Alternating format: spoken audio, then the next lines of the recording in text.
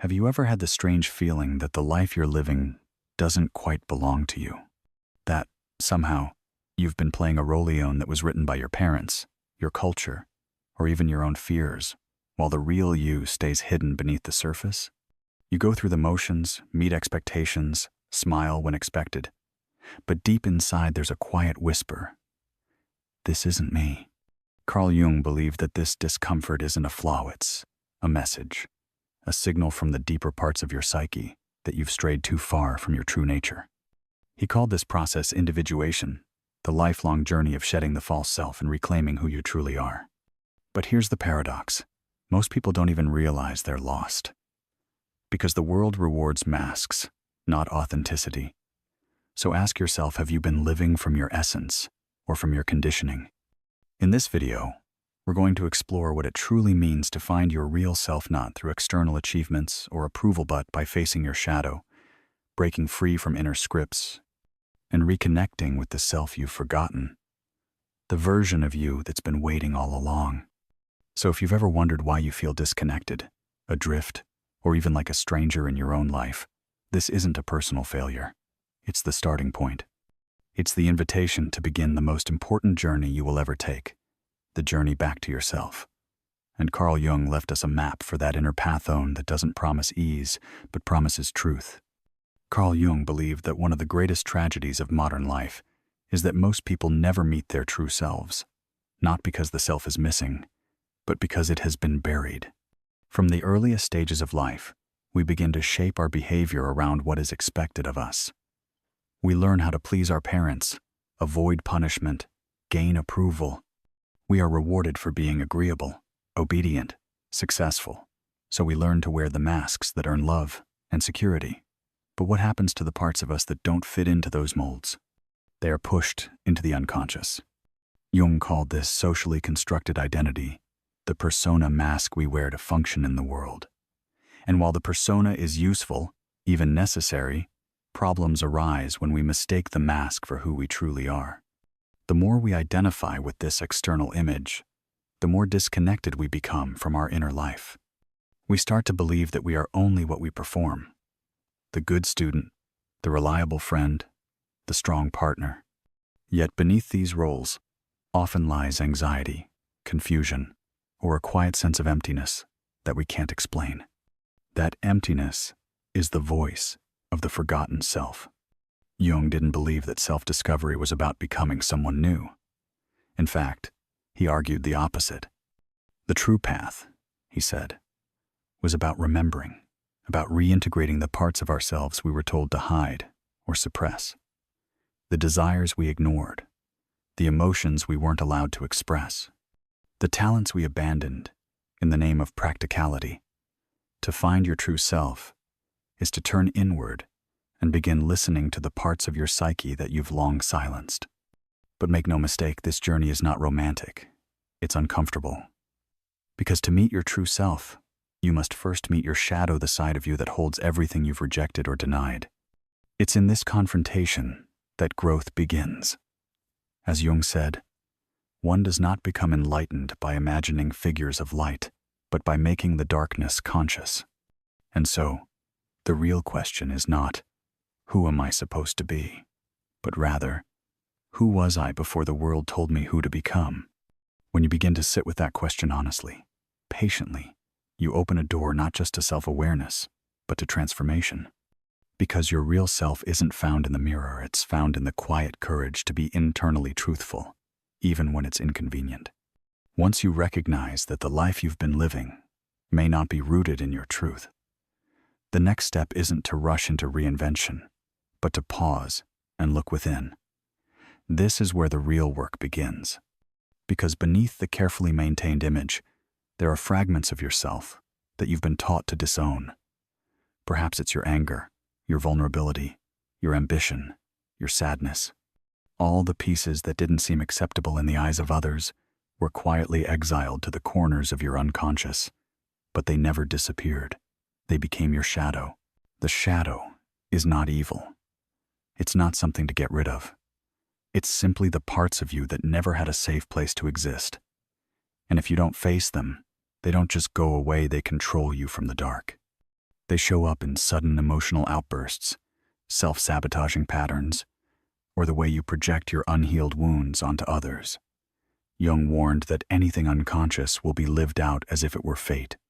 That's why this stage facing what's been hidden is so essential. Meeting your shadow means being radically honest with yourself. It means acknowledging thoughts you'd rather deny and emotions you've long buried. But it also means reclaiming strengths that were once dismissed. Your assertiveness, your creativity, even your sensitivity. As strange as it may sound, what you resist often contains the very power you need to become whole. This isn't a one-time revelation. It's an unfolding. You may discover aspects of yourself that conflict with your current self-image, and that's okay. Growth doesn't require perfection. It requires permission to evolve.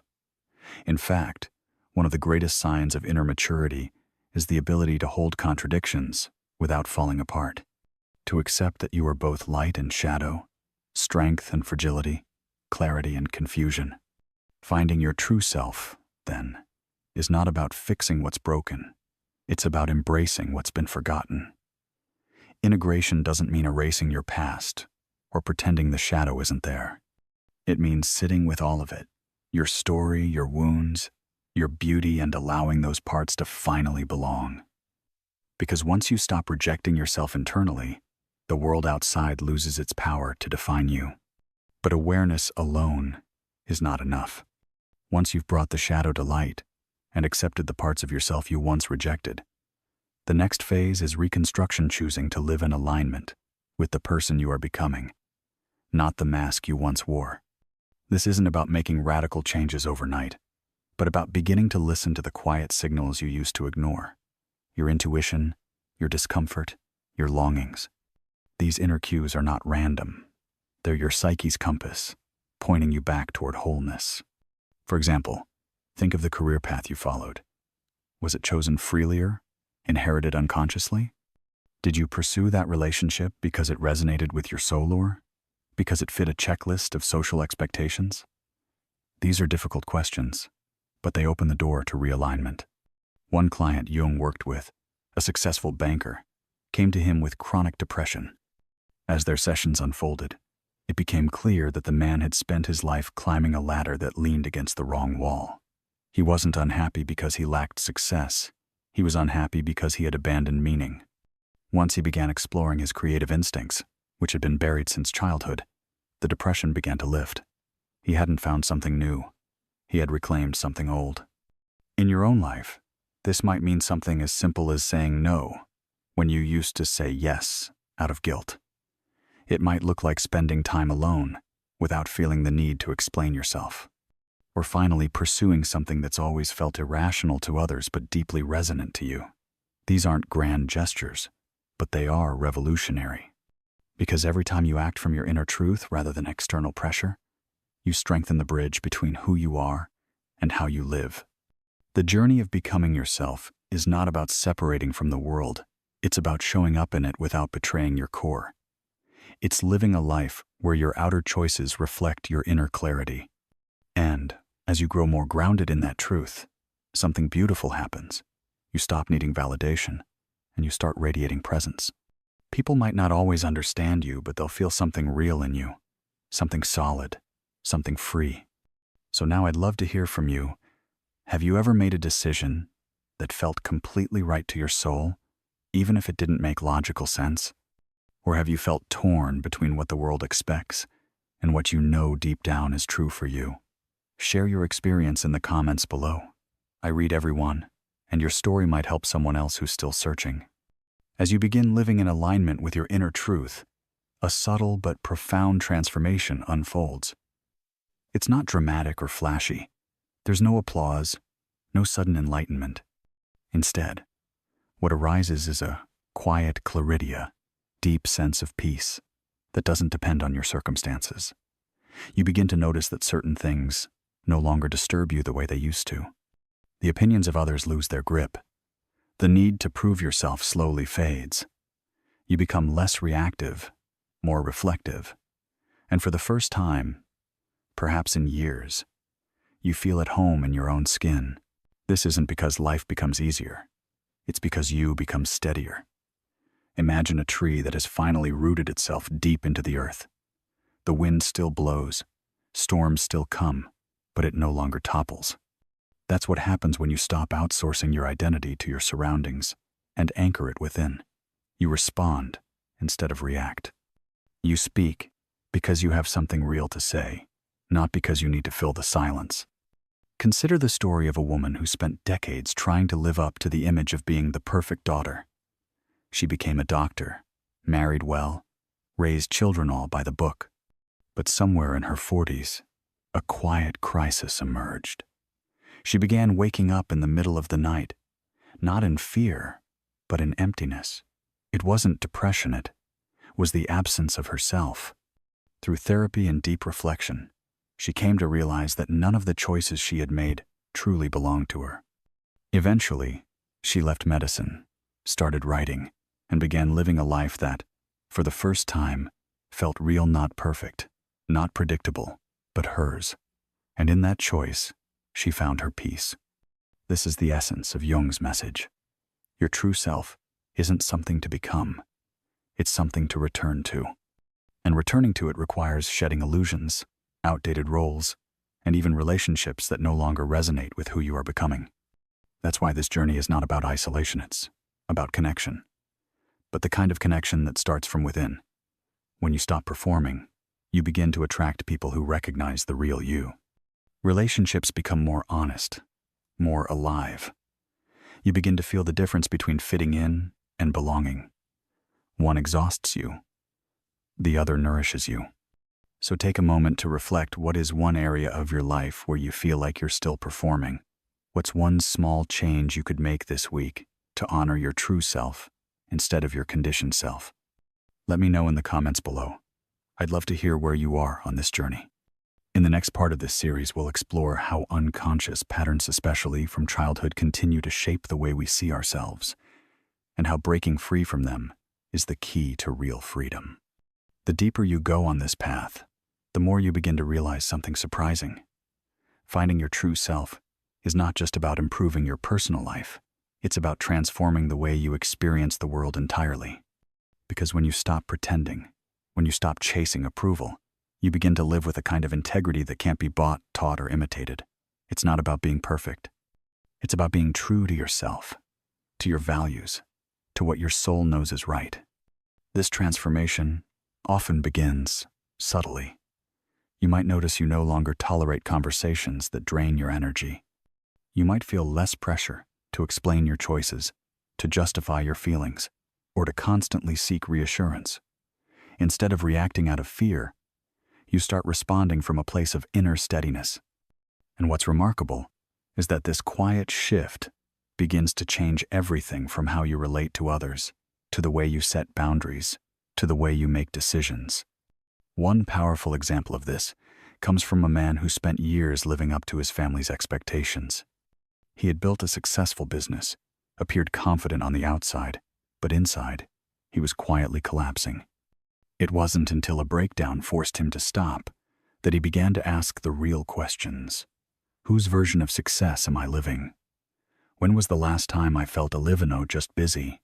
Through therapy, solitude, and reflection, he slowly let go of the version of himself he had built for others. Today, he runs a smaller business that aligns with his values, spends more time with his children, and says for the first time in years, he feels whole. Not because he changed who he was, but because he returned to who he had always been. That's the paradox of self-discovery. The deeper you go, the simpler things become. You no longer feel the need to impress, to chase, to compete. You realize that authenticity isn't loud, it's rooted. It doesn't demand recognition, it radiates naturally. And slowly, the chaos around you becomes easier to navigate, not because the world has changed, but because you have. This journey may look different for everyone. For some, it begins with setting a boundary. For others, it's a quiet moment of clarity after years of confusion. But no matter where you are, one truth remains. The only life worth living is the one that is truly yours. So, let me ask you, what part of yourself are you ready to reclaim?